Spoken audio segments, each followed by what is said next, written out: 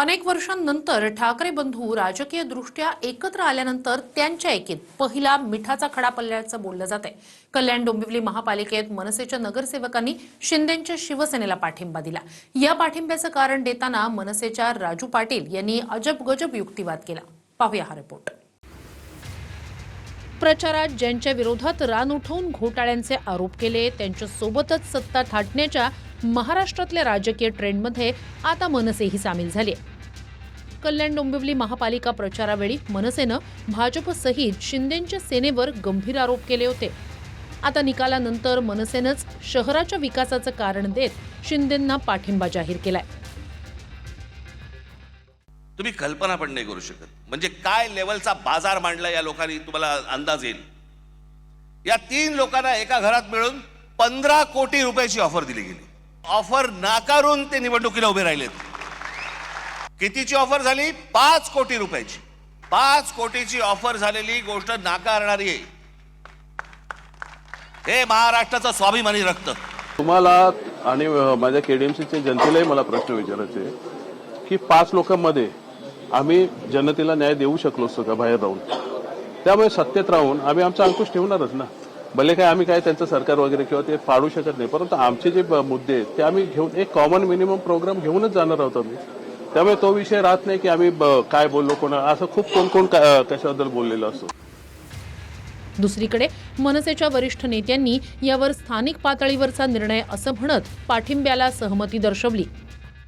स्थानिक लेवलवरती आमच्या तिकडे राजू पाटील आमच्या तिकडचे माझे आमदार आहेत आणि नेते आहेत आमची। स्थानिक लेवलवरती त्यांनी काहीतरी इंटरनल ॲडजस्टमेंट ती केलेली असावी असं मला वाटतंय आणि अशा प्रकारचे काही नवीन घटना नाही। सगळीकडे अशा प्रकारचे चित्र दिसण्यात येतं। राज साहब भी बहुत व्यथित है। जिस तरह से स्थानिक लोगों ने निर्णय लिया है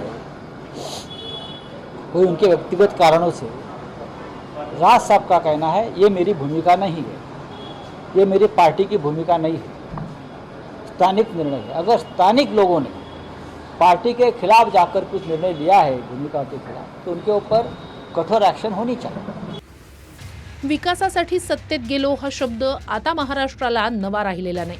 नाशिकमध्ये भाजपला शिव्याशाप देऊन निवडणुकीच्या 10 दिवस आधी मनसेत गेलेले दिनकर पाटील विकासाच्याच कारणानं पुन्हा भाजपमध्ये आले। चंद्रपूरमध्ये काँग्रेसचा एक गट आम्हाला विकासासाठी समर्थन देत असल्याचं मुनगंटीवारांनी म्हटलंय। भाजपसोबत विकासासाठी गेलेले अजित पवार पुण्याच्या विकासासाठी भाजप विरोधात दोन्ही राष्ट्रवादी एकत्र आल्याचं म्हणाले। आणि आता मनसेनंही विकासासाठी शिंदेंसोबत सत्तेचा शेकहँड केलाय। आज घराघरामध्ये 5-5 हजार रुपये वाटतात मतांसाठी। मला समजत नाही या लोकांचं। एका बाजूला म्हणतात आम्ही विकास केलाय आणि दुसऱ्या बाजूला पैसे वाटतात आणि म्हणतात मतदान करा। मग विकास काय केलात? मला घेणाऱ्यांची चिंता आहे, देणाऱ्यांची नाही। आपण 5-5 हजार रुपयामध्ये आपल्या मुलांना, आपल्या मुलीला आपण काय सांगतोय, आपण काय शिकवतोय? ते उद्या ज्यावेळेला समाजात जाणार त्यावेळेला ते काय म्हणणार? माझा बाप विकला गेला। भविष्यात ज्या काही निवडणुका असतात, समित्यांच्या असतात, कमिट्यांच्या असतात, अशा वेळेस पण काही गोंधळ होण्याची शक्यता आम्हाला दिसत होती। तर अशा वेळी आम्ही कुठेतरी एक बाजू अशी स्टेबल राहावी या हेतून एक पाठिंबा दिलेला आहे। तर आम्ही युतीमध्ये लढलो होतो, परंतु काय झालं, सुरुवात काही नगरसेवक गायब झाले। अशा वेळेस आम्हाला आमच्या नगरसेवकांची चिंता होती, दुसऱ्यांची त्या गटाची चिंता होती। त्यासाठीच आम्ही निर्णय घेतलेला आहे। केडीएमसीची पूर्ण जी जनता आहे ती हे बोर झाली या प्रकाराला सगळ्यांना की इतके दिवस जे राजकारण चालू आहे। Bureau report TV9 Marathi.